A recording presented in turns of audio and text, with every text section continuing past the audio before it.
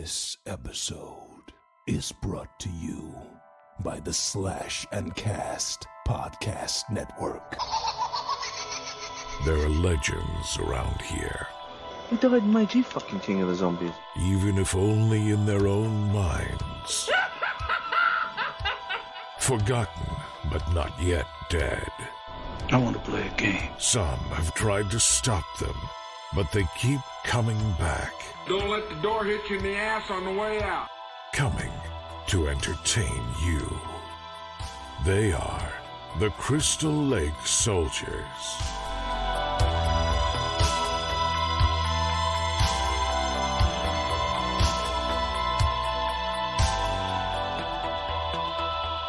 Welcome back to the Crystal Lake Soldiers podcast. My name's Isaiah. I am joined again this week by Andy from Dead in Santa Carla, as we're going to be talking Halloween 6, The Curse of Michael Myers. How are you doing, Andy? I'm doing great, man. Good to be back on and talking about this just absolute beautiful piece of cinema that is Halloween, The Curse of Michael Myers. And you mean beautiful as in train wreck? Yeah, sure. If you can make Paul Rudd terrible in your movie, you're probably not doing the right things. Probably not. Oh my God. Like I said in the Halloween 4 episode, this is kind of a guilty pleasure of mine, and I'll talk more about that. Yeah, I mean, you know, we've been covering the Halloween series, reviewing each of the movies each week leading up to the release of Halloween Kills. Again, I will be doing a review on that right after it releases, so be on the lookout for that, and we'll be finishing up the month of October with a Halloween rankings with including Halloween Kills, so I'm super excited for that. I'm excited for that, but get out of here. I'm excited about that. That's fun. I can't wait. Halloween Kills can't get here soon enough, dude. I know it's right around the corner, but at the same time, it just feels still so far fucking away. I know.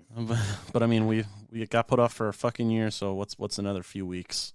Yep. So I'm so super pumped for that, though. But yeah, I'm ready. Yes, very much so. So we're talking Halloween 6, The Curse of Michael Myers this week. Last week we obviously covered Revenge of Michael Myers, which is another train wreck in its own right. They made some interesting sound effect choices. They made some very interesting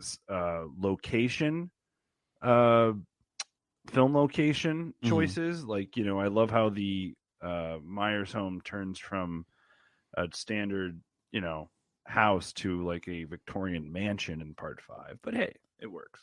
That's my biggest gripe with that fucking movie. Even more than The Mask. I mean, The Mask looks like a fucking alien, number one, and it looks fucking oversized. But the Myers house, that is not the fucking Myers house. I mean, that's just like, look, I mentioned this when I came on for H4. You know, that's why this new trilogy of the Halloween franchise is with David Gordon Green and Danny McBride kind of running that show. Yep. And, Blumhouse on board. You know, you when you put competent people who care about the material and care about details, you're usually going to get a good product. You might not be what you expected, might not even like it that much, but at least it's a good product. This franchise, especially 5 and 6, this is what happens when you're just essentially shitting out movies just to shit out movies, and right. You're not paying attention to the detail, and that's like there's no excuse for that Myers house in part 5. I mean, it's insulting to the audience. You're lying to your audience. I mean, you've got to how they I don't even know. I would like to know when they said, yeah, we'll use that. Did they go, didn't anyone go, it looks nothing like the Myers house? Right. But it's mind blowing. And then in this one, while The Mask, we talked in part 4, we're not fans of the part 4 Mask, and it gets even worse in part 5. This mask, I think this mask in Curse of the Michael Myers is an improvement on 4 and 5. I will be honest, this mask is my favorite Myers mask. It looks dope, right? It looks fucking menacing. It's scary looking almost. And it's not like there's anything about it to make it look scary, but just with the build of George P. Wilbur mixed with that mask, I mean, there's just something about that mask. I don't know. I've always loved this mask. This has been my favorite mask of all of them for many years. You know? It's a good mask. I like this one too. You nailed it. I think menacing is a good word to describe it. It is scary. He looks scary in this movie. Mm-hmm. And this movie has a couple good shots, especially of Myers. Actually, probably one of the best shots. Well, I don't want to say one of the best in the franchise because there's a couple in part one that are just incredible. Right. But of the sequels, yeah, there's that shot when the lady's going through like the clotheslines and she pulls back like the sheet or whatever, and there he is, and it's from her point of view, looking right up at him, and I think he's got like a crowbar or something. Oh, fucking axe! He's got an axe. Yeah, you're right, an axe. And gosh, such a great shot of such an iconic character. God, I had that GIF for the longest time, like back in the '90s AOL days. I downloaded that fucking GIF because that was one of the first things I found on America Online back in the day. I downloaded that fucker and had it. It's for a years. killer shot of him, man. Oh my God, I fucking love it. Yeah, definitely. All right, well, let's not waste any more time. Let's go ahead and talk about Halloween 6, but first, let's take a look at that trailer. Do you know why we celebrate Halloween? A long, long time ago, it was a night of great power. When the days grew short, all across the land, huge bonfires were lit. Oh, there was a marvelous celebration, and they dressed up in costumes, hoping to ward off the evil spirits, especially the boogeyman.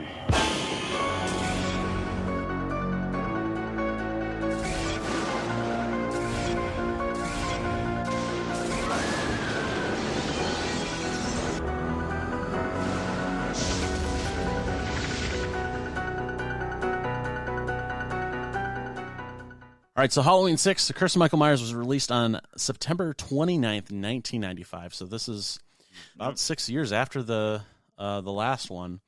This was directed by Joe Chappelle, and so he's done some movies, but he's also done a lot of TV. We actually talked about him on Santa Carla. I want to say he directed. Am I thinking right? He was the replacement director on Hellraiser Resurrection, I think. Is that accurate? That's a good question. Not Resurrection. Resurrection. Hellraiser, the fourth one. Bloodline? Yeah, maybe not. Maybe I got it mixed up with someone else. Or he wrote it or something. I don't know. That's a good question. Don't worry about it. I'm confusing him with someone else, but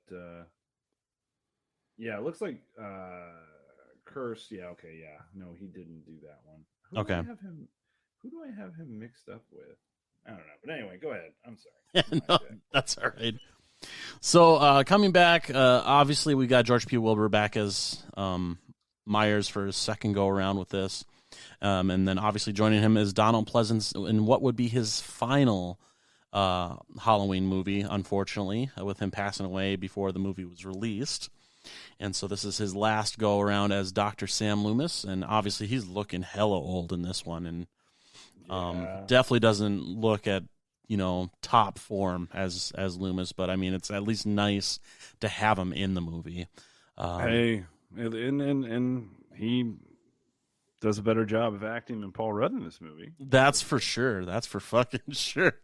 And then speaking of, this is Paul Rudd's first movie that he actually filmed, even though it came out after Clueless. He filmed this before he filmed Clueless, so this is technically his introductory into films. So that's a nice little tidbit regarding that. And then you've also got Marianne Hogan, who plays the female lead, and then you've got Mitchell Ryan as Dr. Wynn, who was a returning character from the original Halloween. So yes.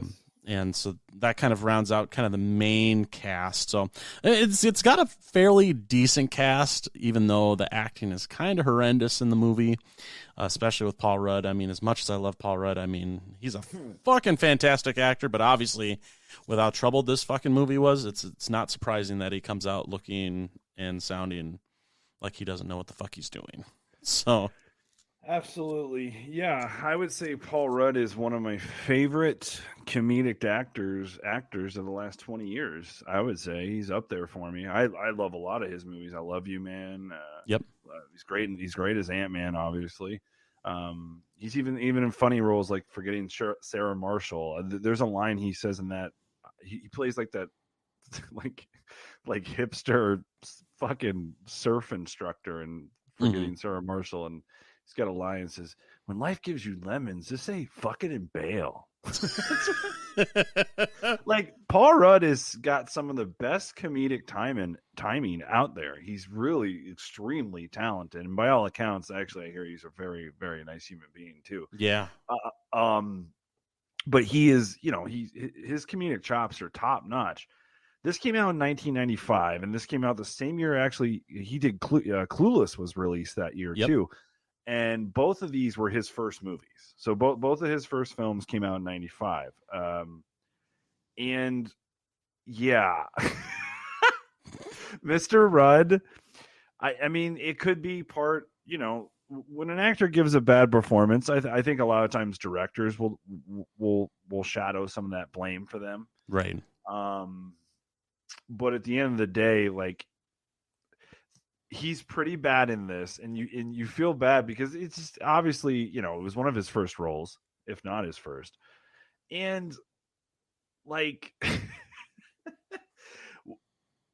Paul probably was not ready for a role like this, and he made some interesting choices. Like, and again, I gotta believe that comes from a part direction too, especially with a guy, one of his first films. I'm going to almost guarantee the direction here was probably not very good either.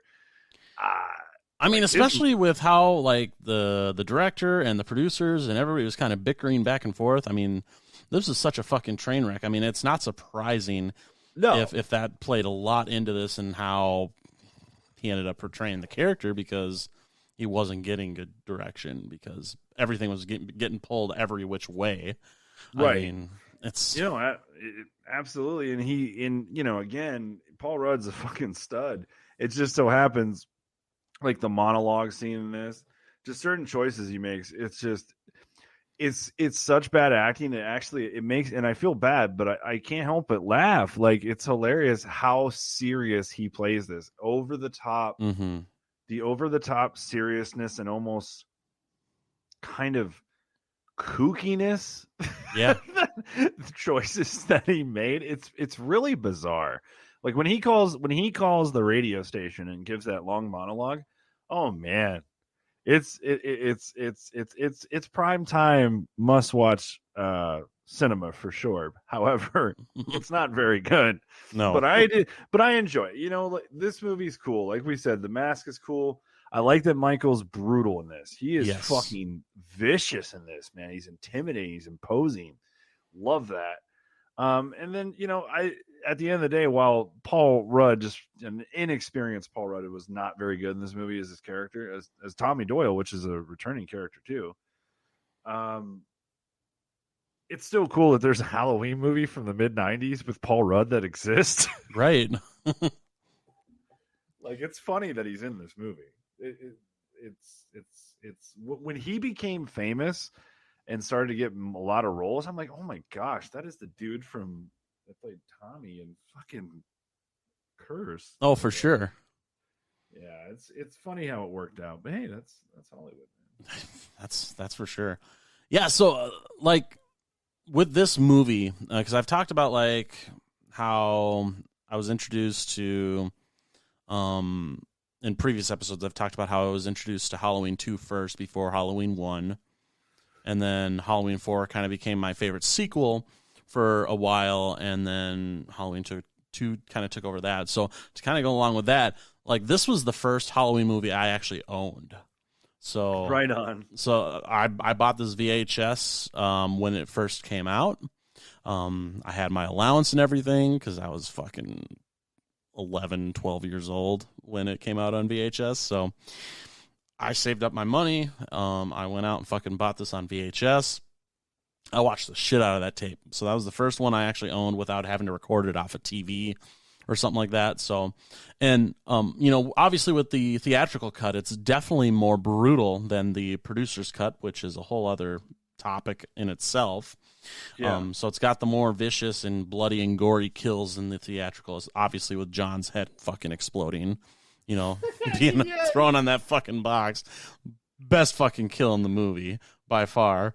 Definitely. But yeah, so I mean, it was the very first movie I owned on, or not very first movie, but first Halloween movie, that I owned on VHS, and so that was kind of a prized possession. I honestly wish I still had that fucking tape, just because of the nostalgia of it for me. But that's kind of where, for the longest time, Curse of Michael Myers became. It kind of switched between the different movies. Like I had my different phases where each one was kind of my favorite, outside of the ones that are really terrible, like 5. Resurrection and like the second Rob Zombie one.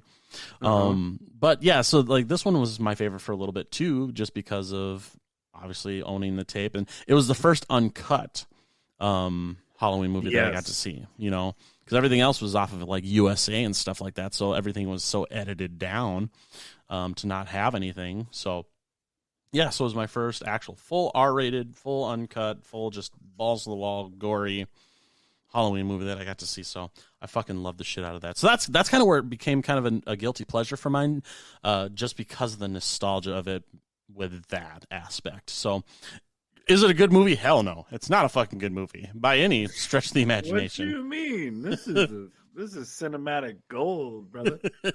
But I fucking love the movie still, even to this day. I mean.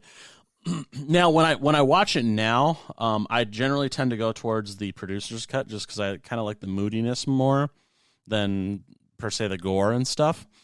But at the same time, with that, I also prefer the theatrical cut's soundtrack in comparison to the producer's cut, because the producer's cut, they went with more of kind of the standard Halloween kind of sounding soundtrack, whereas the theatrical had that fucking rock sounding Halloween music. I mean, Alan Howarth did a fucking amazing job in his last go around with the Halloween franchise with that. So, the music in the theatrical cut is so far beyond better than the producer's cut. So, I fucking that's another sound. That was the first Halloween soundtrack I owned too. Was Curse of Michael Myers. I bought that shit as soon as it came out on CD. Yeah. No, I had this too because my dad owned a video store, so he first opened up when I was 4, and when this came out, I remember I was excited to see it because I saw this on the screener like 3 months before its release, and I felt special. Like, I saw this on the screener VHS, and I had that screener VHS for the longest time. Got lost in the shuffle somewhere in the last 10 years or so, but yeah, I used to have that. You know who wrote this too, right? Yeah, this was his writing debut, Daniel Farrens. Horror fans will know him. I know I love him to death. They're really good documentaries. The Never Sleep Again. Never Sleep Again, which is a 4-hour documentary on the Nightmare franchise, and then Crystal Lake Memories, which is like a 7-hour and 50-minute documentary on the entire Friday the 13th franchise. Those are great. But in those are phenomenal. Because he directed those and produced those. But in the last few years, he's had a couple movies that were very controversial. Yeah. The Haunting of Sharon Tate and the Murder of Nicole Brown Simpson, where it's like true crime meets a slasher film, and he changed some things as well that didn't actually happen, or speculation that probably didn't happen. Yeah, they got a lot of backlash. They're terrible. I watched them just to see what the fuck everyone was talking about. And I could see, like, if you were like, I mean, I don't know Daniel Farrens. Maybe he's a good guy. I don't know. I don't know. But those 2 movies he wrote, it was very trashy. It's a shame because Never Sleep Again and Crystal Lake Memories are so fucking good. Right. He did such a great job on those, and then he kind of puts. I never call someone's work garbage, but if you do something like that, I think it's garbage, and it is. And the numbers on those movies, it's not just me, man. Like, it's a lot of people that do not like these movies. The Murder of Nicole Brown Simpson, which came out in 2019, has a 2.2 rating on IMDb. Holy shit, that's pretty fucking low. When have you ever seen a movie, 2.2, bro? Like very rarely. It's got like Mina Sarviri, I think, is the lead. Yeah, she was the nerd, the choir girl from the American Pie franchise. Yep. American Beauty, she was in. Nick Stahl's in it. Oh wow. Taryn Manning. I mean, he's got a few names in there, and he wrote and directed. Or no, he didn't write it; he just directed it. But that's just one example. But yeah, he wrote this. This was actually, I believe, this was his first writing credit. I believe. I believe so. And what I think is also funny is that he's the one that suggested the name of Curse of Michael Myers due to the troubled production from this fucking movie, and they went with it. Which is fucking hilarious. That is pretty fucking funny. I mean, my God. I mean, when you look at it, like, most of the cast and crew from this movie has basically disowned this movie because of the studio and the producers and the director, and just because everything became so ridiculous, and it ultimately resulted in the poorly crafted film that we have today, you know? Yeah. And this was owned by Dimension at this time. Yep. And, which is the Weinsteins, and we all know what happened with them, especially Bob. Right. Like, we have all that information, but, they made some good movies. They did. They produced a lot of good movies over the years, but what they did with these horror genres was they were monopolizing horror IPs. It's what they were doing. Mm-hmm. That's what they were trying to do, but they failed miserably at it because they're fucks. Because they had Halloween and they had Hellraiser at the same time. Yep. And we all know what happened to the Hellraiser franchise too. First two are great, and after that, man, they pretty much get worse with each one, and some just really bottom out, unlike any other horror franchise I've ever seen. Mm-hmm. But what I'm getting at is, like, Dimension, they didn't give a fuck about these movies. They didn't put they didn't take the time to, because the Dimension was a division, the horror division, essentially, of Miramax. Yep. Right. Yeah. So whoever was running that show there and greenlighting these and hiring directors and writers and taking scripts and picking the scripts and getting shit done like that, they didn't do very good at their job. Yeah. This movie is a very, very prime example. And as you refer to, you got more on that issue with the production, a lot of the issues. So, like, one of the biggest things that kind of sticks out from that is that, like, Daniel Farron's original script was actually more moody and psychological than what we ended up with, the pile of shit we ended up with.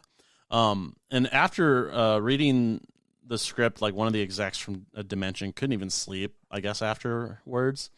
And actually, that was the main selling point for Donald Pleasance to actually sign on to do the movie, was that original script that was more moody and more psychological.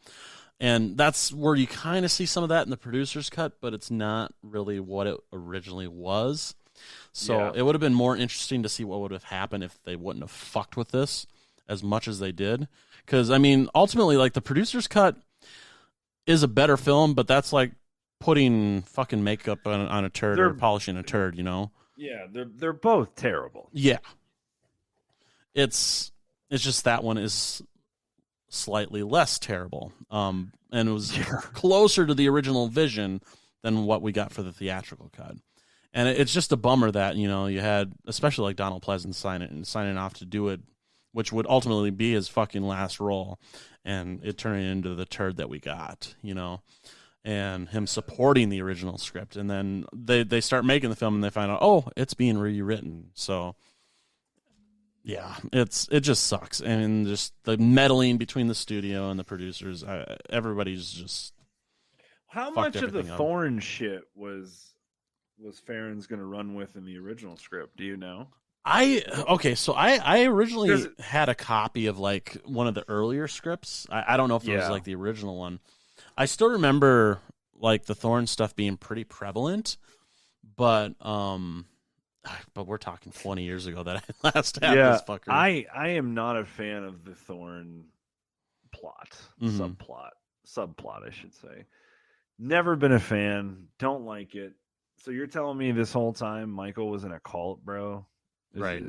Is that what they're telling me here? Pretty much. And that the OG fucking doctor from the hospital that was yelling at Loomis to say he can't drive or whatever he Right. says, that guy is the leader of this said cult? Pretty much. Yeah. This story is just, It's very far fetched. Very, very far fetched. it's awful. It's I'm sorry. I hate calling things awful, but it's not good. But at the same time, just because a script's awful and a movie's awful doesn't mean you can't get enjoyment out of it. Right. There's plenty of good enjoyment. But yeah, I mean, I think there was a reason that this killed a timeline, man. Oh, for sure. Absolutely buried it 6 feet under, locked up the casket, and fucking put down the tombstone. It was good night to this timeline. pretty fucking much. And rightfully so, and that's usually how it happens. You just I come back all the time. Movies aren't easy to make, man, and only it's a lot of times I think it's right fits, right people, Mm-hmm. and right timing. But yeah, whoever was calling the shots,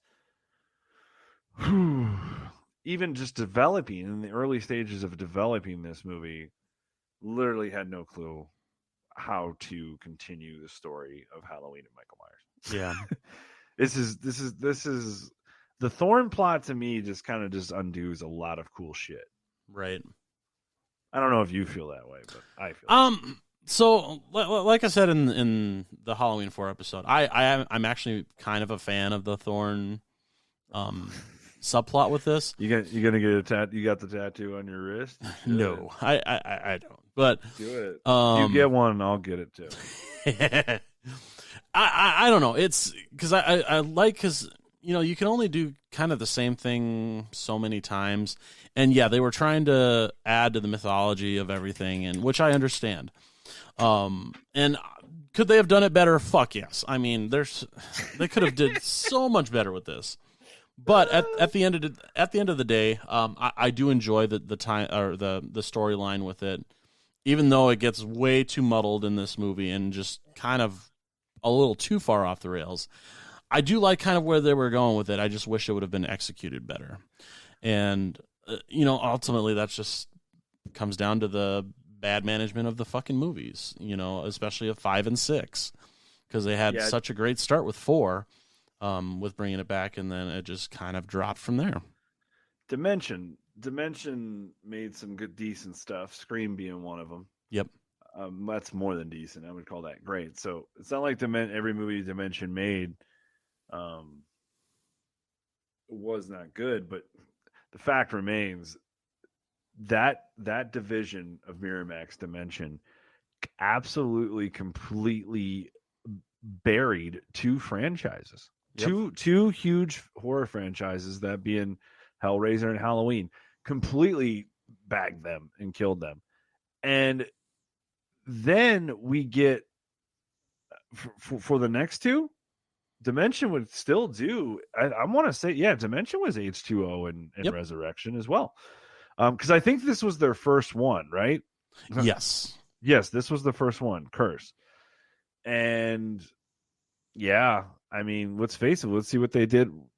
H2O is not H2O. I will say this: H2O is the best Dimension Halloween film made. Oh, I agreed 100%. But I mean, for God's sakes, we're comparing this to Curse and freaking Resurrection, which are probably the bottom 2 in the franchise for me.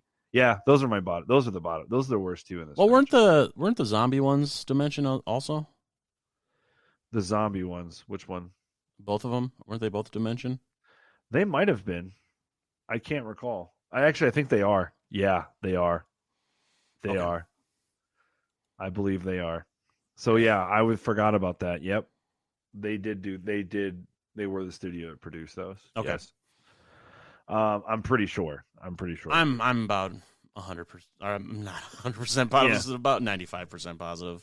But that's they had some hits, obviously, like Right. Scream, and I even like those Rob Zombie Halloweens. At least they made money. And I like the first one of those anyway. Mm-hmm. But yeah, that's the best one. I like the Rob Zombie one better than H2O myself. Oh, definitely.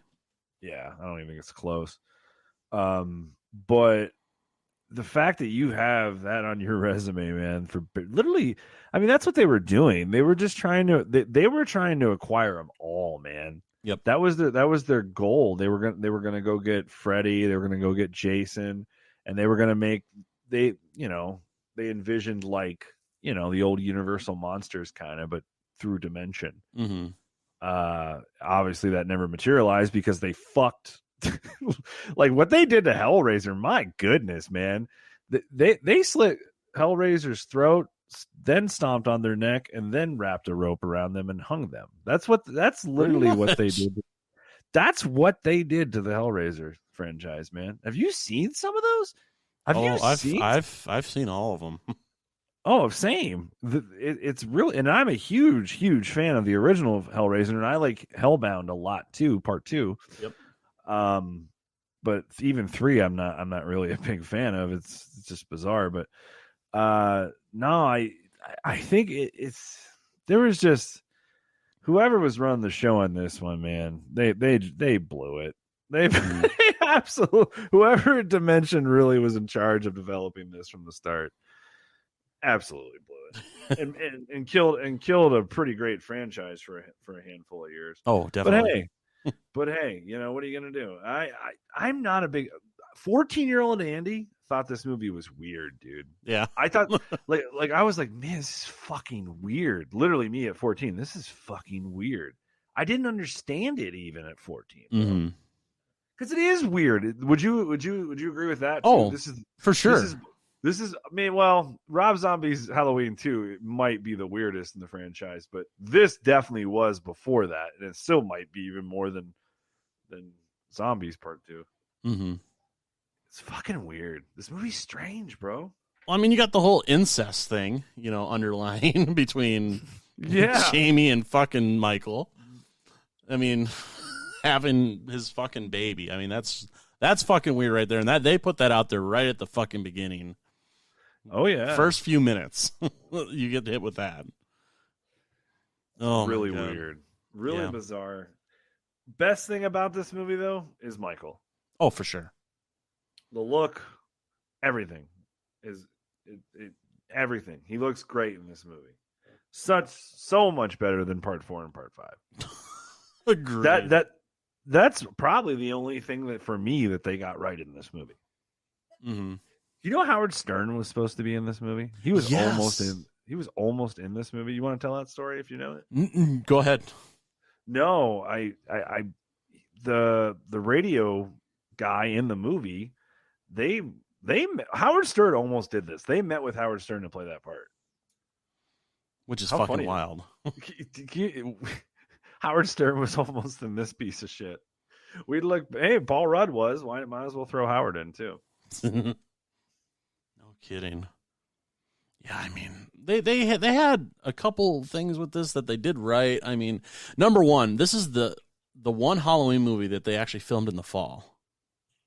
So they actually had it filmed during when it should have been filmed. So not having to use all these fake ass leaves and having to clean them up and then reuse them and all that. No, they filmed during fall. So at the time, this was the one Halloween entry that was actually filmed during the correct time period. Right on. Number two, we kind of talked a little bit about the Myers house, because Part 5, they fucked that up so badly. At least in this, it semi-resembled the Myers house. Obviously, it wasn't the same house, but I mean, for filming it, 16, 17 years after the original, and having something that looks at least semi-similar is a step up, in my opinion, compared to what the bullshit that they pulled in Part 5.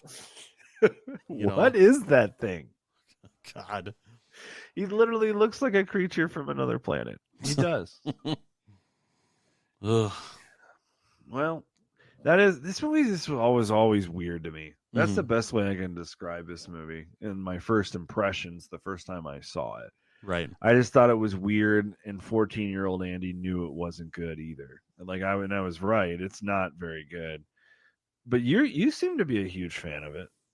I wouldn't say huge fan. As a kid, yes.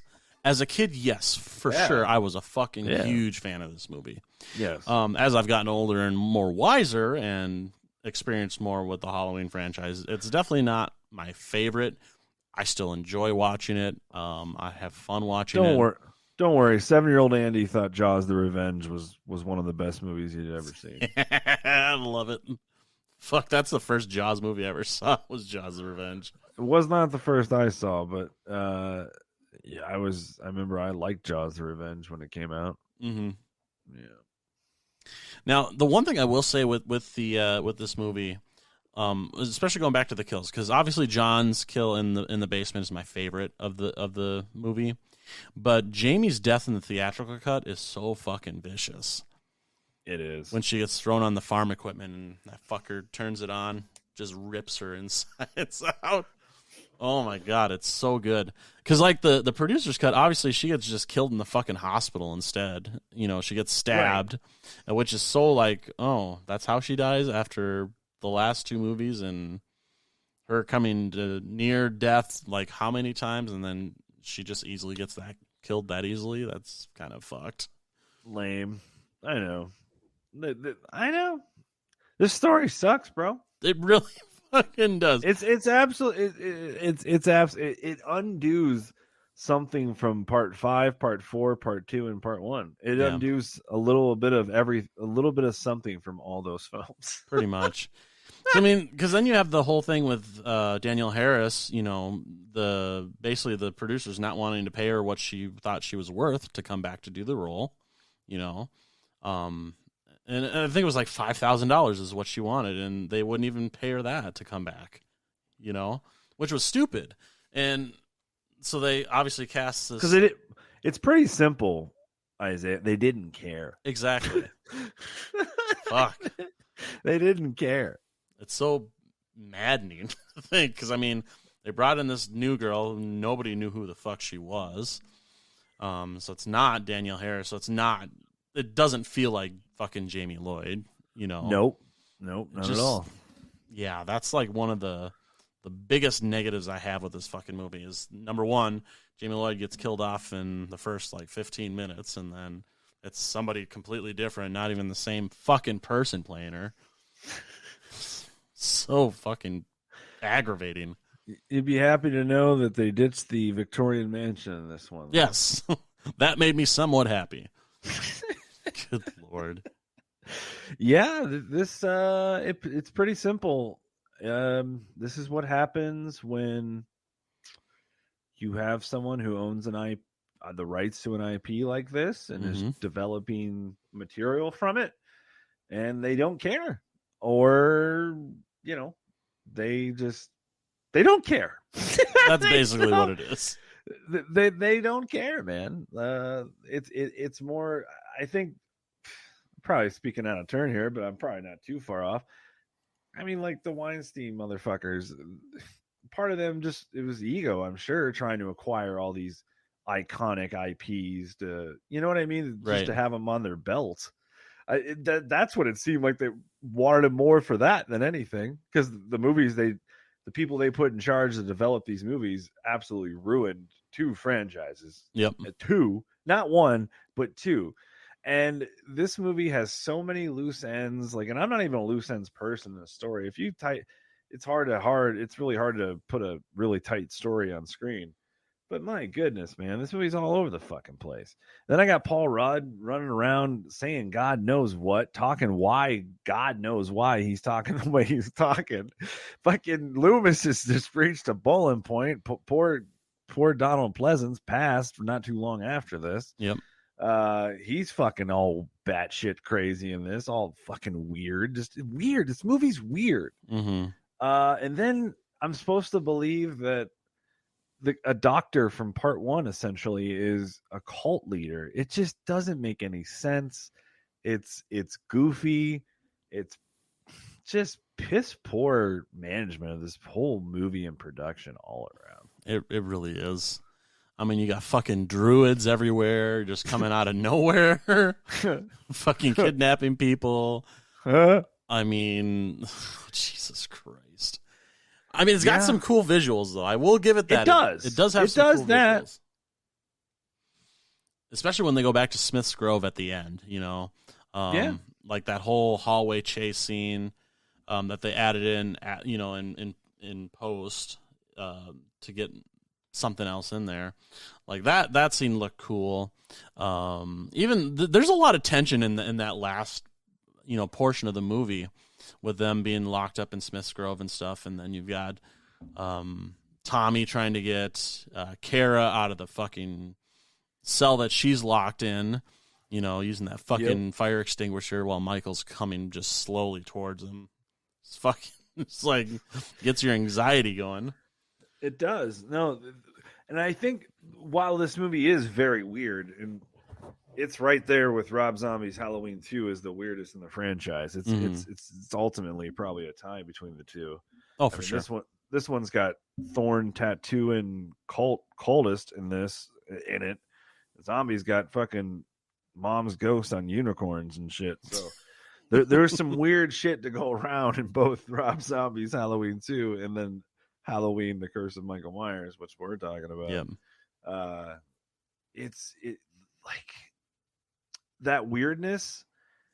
While it is obviously weird, it kind of adds this eerie layer to this movie, because this movie is like really. I do like. You're right. This movie does have some good visuals because this movie is like very dark. Mm-hmm. Doesn't the movie feel dark? Like yes. Extremely dark, and then the weirdness is happening, and it kind of combined with the darkness and the lighting and how this movie's shot, kind of a gloominess kind of filter this movie has. Yep.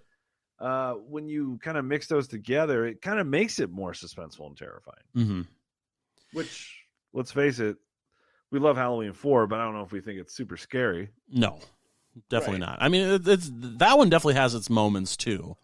Yeah. Like with this one thing that this movie does do very well is there are some very good suspenseful moments. Like when Danny goes across the street from Tommy's house back to the Myers house, after Michael kills Tim and his girlfriend, and you see not Tommy, but Danny walking back over, and then Kara's got to go after him, and then her getting back over there and having to walk through the house, not knowing if Michael's going to pop out of anywhere, and then obviously the bodies start showing up, and then you got the chase scene, after she finds Danny and Michael shows up, and then that whole thing happens, and going back across the street trying to get back into the house. It's like there's a lot of good like tension in this movie at the right places too.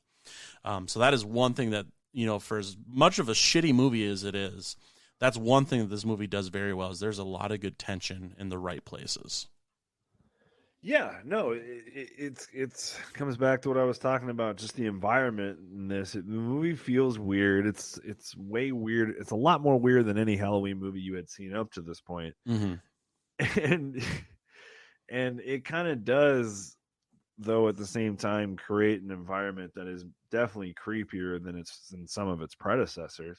Yeah. But so it's the combination of Michael, one, just looking really intimidating, the mask looking menacing, as you said, combat that with just really strange, weird tone in this movie. The movie's dark.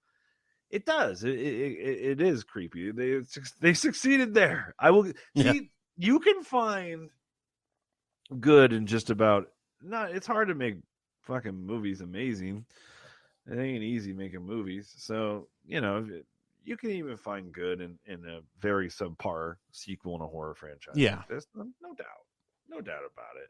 Jaws of Revenge, man. I love listening to Mario Van Peebles' really bad Bahamian accent. Come on. Fucking love that, man. So good. Hi, Jake. No, it's great. It's pretty good. But I will I'm not gonna lie, I have never been a fan of this movie. I did not like it when I was 14. Mm-hmm. I still don't, but I'll watch it every now and then because it is. I've probably gained a little bit more. It's funny to watch Paul Rudd because it's the Paul Rudd we know now, and we've seen so much of good Paul Rudd. It's just funny to watch him in this movie, Right? And you get a really badass Michael Myers. So if you're signed up just to see some pretty cool kills and a pretty vicious Michael, this is probably an installment that you might enjoy too. Actually, yeah, no, for sure. Now, just a couple more things I wanted to touch on with the movie. So, obviously, we have the whole Danny kind of side storyline going on where he's, hearing the voices and whatnot and basically telling him to kill and all this. So, they're trying to play it up like he's supposed to be like the next Michael. That he's going to end up hearing the voices like Michael did when he was a boy and end up killing people and all that. So, I don't know. That kind of like was unneeded, I think. I mean, in a movie where a lot of shit was unneeded, it's just another thing that was fucking unneeded. Yeah, I think this movie as a whole was pretty unneeded. Pretty much. I mean, let part 5 nail the coffin in. Don't fuck. I mean, they literally ripped the hammer out of fucking part 5's hand to nail the coffin. They have nails down in the coffin. Pretty much. Pretty much. Let Michael die already. Yeah, no kidding. So, looking at the ending of this movie, because now the theatrical versus the producers, because the producers cut, the ending was fucking straight up trash. Like, the theatrical had definitely the better ending. Like, Michael getting the shit kicked out of him with that fucking lead pipe and just being left for dead. I thought that was, like, a great ending. And then him obviously disappearing without the mask to kill Loomis at the end. I thought was the perfect ending, especially with Donald Pleasance dying. Because obviously they changed it from the producer's cut, because the producer's cut, you had fucking stones stopping him, dead in his tracks, And then fucking Dr. Wynn switching clothes with Michael so he could escape, and then passing the curse off to Loomis and everything. It was such a shitty ending, and definitely the better ending is in the theatrical cut, no Agreed. doubt. I completely agree. But I mean that whole that goes back to my talking about with that last part of the movie, like the tension in that theatrical cut in that last third of the movie at Smith's Grove was just so good. Probably is for sure the best part of the movie in my opinion. And just because of the tension and just kind of everything with it and just kind of the viciousness of it too, between Michael and then Paul Rudd just kicking the shit out of Michael at the end. So everything about it I thought makes the movie for me, and still is like so good, I think, in my opinion, with all the other trash going on in the movie. Yeah, I would probably, it's definitely in the bottom 3, maybe even bottom 2 in the franchise for me. Mm-hmm. I might give this a spot. We ranked him, and I don't even remember. We did a ranking show last October, and I don't even remember.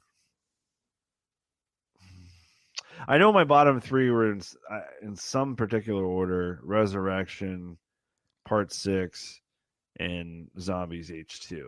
Those are my bottom 3, but I can't remember. Damn, can't remember. Well, no, I might have put H3 bottom 3 actually. So I'm not a fan of that either. I might have had this 4th to last. I don't know. I don't like this movie though. That's all I know. All I can tell you that this movie just it just goes too far off the rails, man. Like, sure. Just at least with the Fridays franchise, Jason just came back to kill motherfuckers for Mama, Right. He got resurrected by lightning or electrocuted, whatever. Just see him hack up some motherfuckers in the woods is all we really wanted. They never really took that path with this. They tried to write a story and take it somewhere else, and it was just a terrible, terrible idea. I know you. I don't think you feel the same way I do about the Thorn subplot, but yeah, right. I'm not the cult thing. No. No. I do, and I mean, like, I'm not opposed to cult things, but to take Michael Myers into that realm is just bizarre to me. It's just bizarre It's a bizarre choice to take this franchise and character. Nope, I definitely hear you on that. I mean, and obviously it's definitely not a lot of people's go-to when they want to think of Halloween, so I totally get it. So with all that being said, because I don't really have much else to say about it, it's a pretty shitty movie. What would you rate this out of 5? Out of 5, 1.5 out of 5. It's got a little bit of watchability because, like I said, it's got Paul Rudd in the very beginning of his career in a very role that you would never think really to put Paul Rudd in. Mm-hmm. Definitely not. And you get a really cool Michael in this. Yeah, he's great, vicious as fuck, man, ferocious. Yeah, and it's fun to watch for those reasons. And that's where the fun is in this movie. That's where the fun is. And like you said, it's eerie and scary. There's really good suspenseful shit in here, and that is one area of the movie that they did execute well. The suspense side of it, they actually did. They do make you on the edge of your seat a couple times, but yeah, 1.5 for me. All right, perfect. And I would rate this probably 2 out of 5 for myself because, like I said, I enjoy this movie. It's still a fucking turd, no matter how you put it. All the meddling and shit just really fucked this whole movie over. And unfortunately, it was Donald Pleasance's last role as Loomis, and it's sad that he had to go out on this one. But you hate to see it, folks. Yeah, you hate to fucking see that. But like I said, I love the fucking music in this. I love the tension. I love the suspense in a lot of this. They at least got the Myers house for the most part right. You know, so not a Victorian mansion. No, fuck that. And obviously, like I said, I fucking love this mask, and this mask is my favorite. Even out of all of them, including the 2018 one, this is still my favorite fucking mask. It's what I consider Michael Myers to look like outside of the original, because that's just iconic no matter what you say. So, but yeah, so this is my favorite Myers mask out of all of them, and my favorite Myers look overall.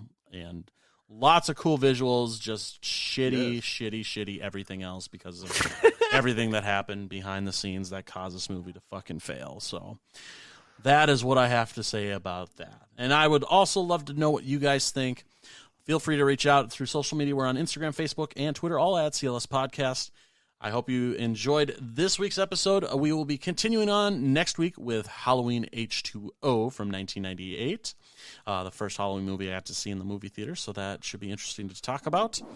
And if there's nothing else, Andy, again, I want to thank you for joining me for this episode, too. This was a lot of fun. Thanks for having me, brother. Appreciate you, friend. Not a problem. I appreciate you back, and I will see you guys next week. This episode of the Crystal Lake Soldiers podcast is brought to you by the Slash and Cast Podcast Network. Check us out at www.clspodcast.com or join in the conversation on social media. You can find us on Twitter, Facebook, and Instagram, all at CLS Podcast. Until next time, stay safe, campers.